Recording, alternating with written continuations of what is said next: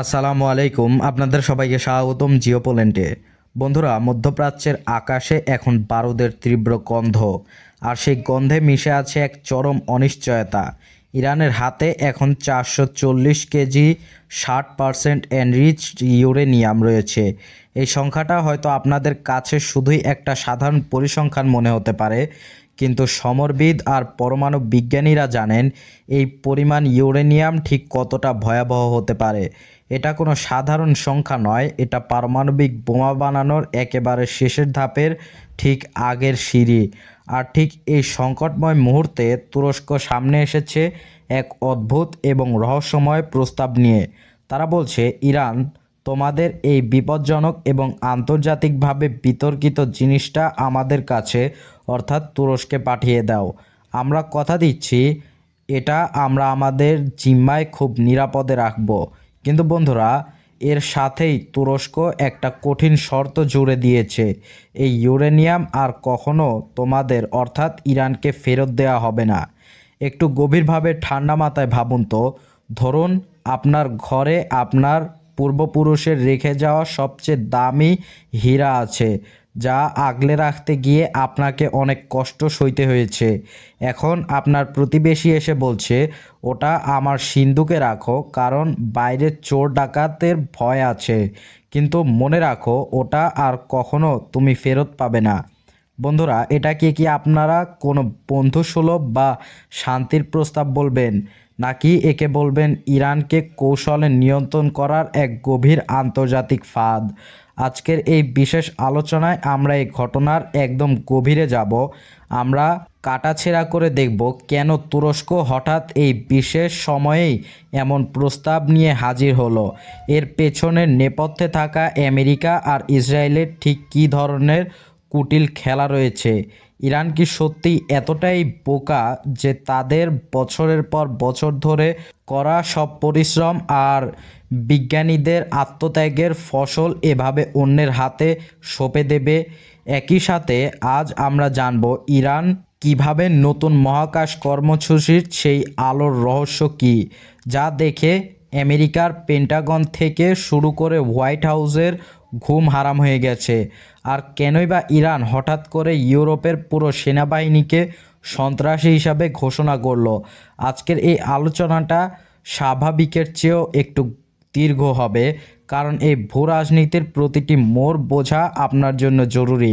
আজকের প্রতিটি তথ্য আপনাদের চোখ খুলে দেবে, কারণ পশ্চিমা মিডিয়া আপনাদের যা যা দেখাচ্ছে পর্দার পেছনের সত্যটা তার চেয়েও অনেক বেশি ভয়ঙ্কর এবং রোমাঞ্চক। শুরুতেই আসি ওই 440 কেজি ইউরেনিয়ামের অবিশ্বাস্য গল্পে। ওয়াইনেট গ্লোবালের লেটেস্ট রিপোর্ট অনুযায়ী এই খবরের গভীরতা অনেক বেশি।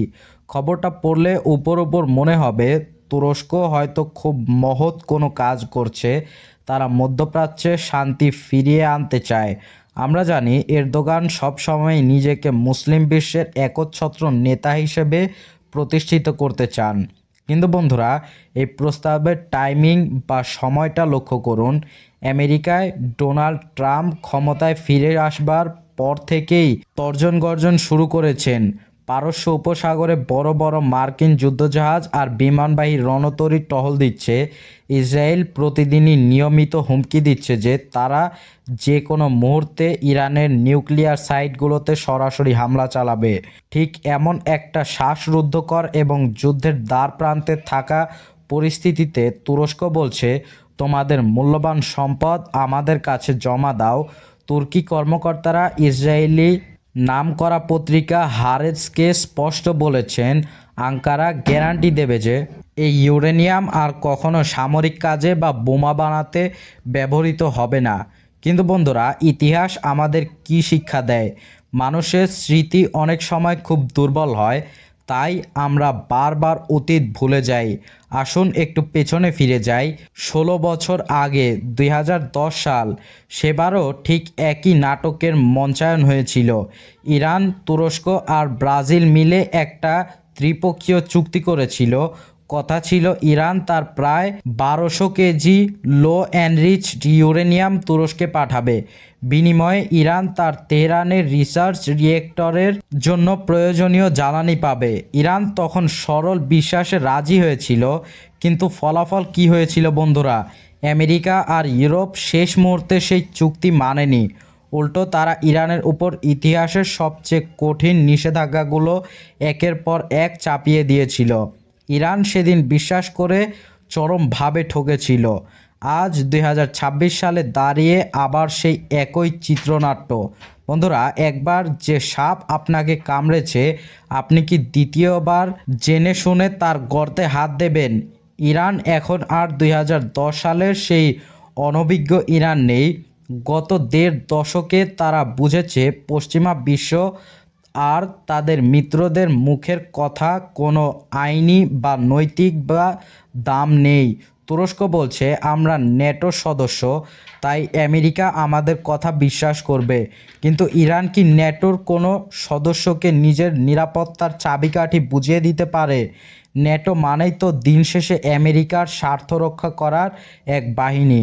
এরদোগান হয়তো ট্রাম্পের সাথে সম্পর্ক ঝালিয়ে নিয়ে নিজেদের দেশের ঝুঁকতে থাকা অর্থনীতিকে বাঁচাতে চাইছেন, কিন্তু ইরানের কাছে এটা তাদের জাতীয় অস্তিত্ব আর সার্বভৌমত্বের প্রশ্ন।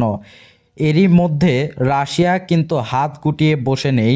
মস্কো থেকে সাফ জানিয়ে দেওয়া হয়েছে, ইরান যদি তার নিরাপত্তা নিয়ে চিন্তিত থাকে, তবে রাশিয়া সেই ইউরেনিয়াম নিজেদের জিম্মায় রাখতে প্রস্তুত।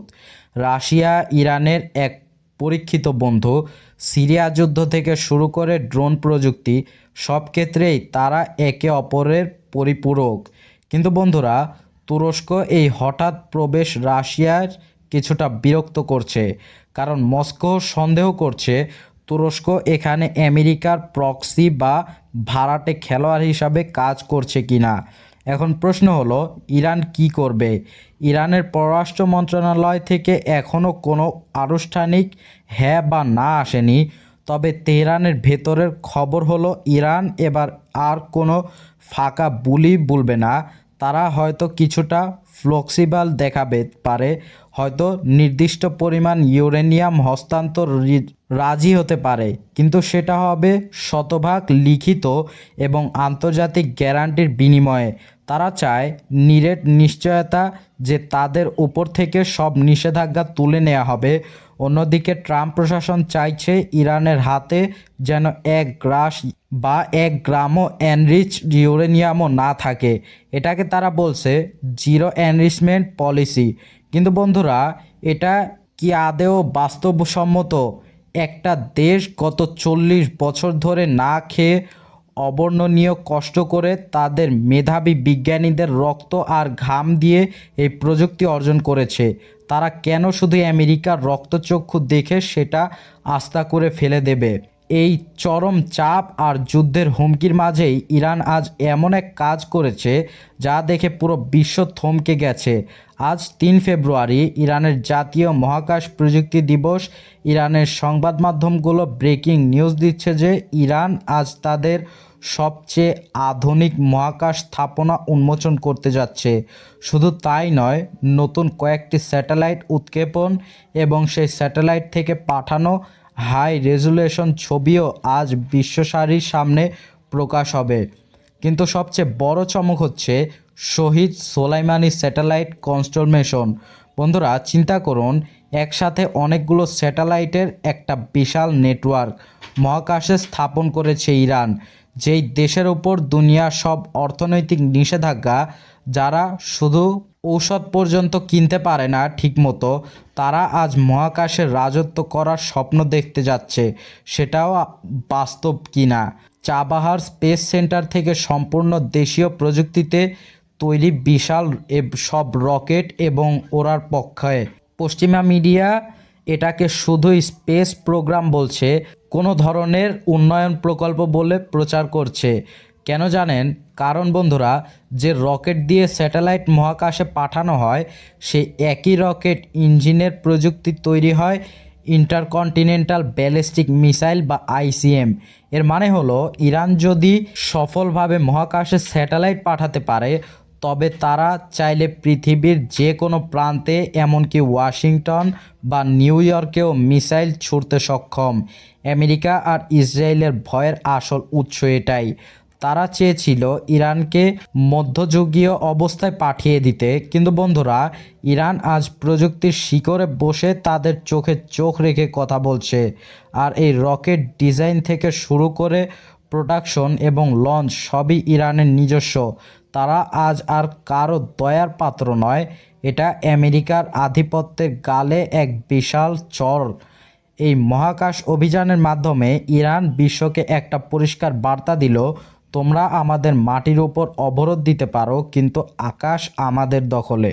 বন্ধুরা, ইরান কি তুরস্কের এই লোভনীয় প্রস্তাবে রাজি হতে তার দীর্ঘদিনের সাধারণ নিউক্লিয়ার কার্ড ছাড়তে রাজি হবে, নাকি নিজের শক্তিতে বলীয়ান হয়ে একাই লড়বে শেষ পর্যন্ত? আপনাদের কি মনে হয়, ইরান কি হার মানবে নাকি যুদ্ধ করবে? ইরানের কি উচিত করা? কমেন্টে আপনাদের মূল্যবান মতামত জানাবেন। আল্লাহ হাফেজ।